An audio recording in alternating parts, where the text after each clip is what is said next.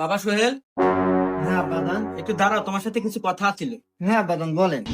আচ্ছা বাবা, কথা পরেই কই, কিন্তু তুমি এই ভর সন্ধ্যাবেলায় কই রওনা দিলা বাবা? আব্বাজান একটু পর মাগরিবের আজান দেবে, এই জন্য আগে থেকে আমি মসজিদ বলে এগিয়ে যেতেছি। আহ বাবা, তোর কথা শুনে বুকটা ভরে গেল।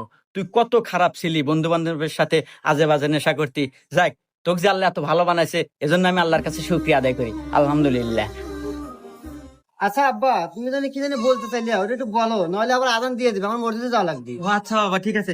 ওই যে তোর মার না খুব অসুস্থ, কয়েকটা টাকা লাগতো, একটু ওষুধ আনতাম। ও আচ্ছা আব্বা, দিতেছি।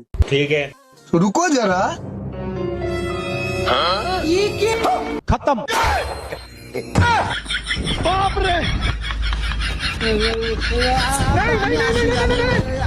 আসি।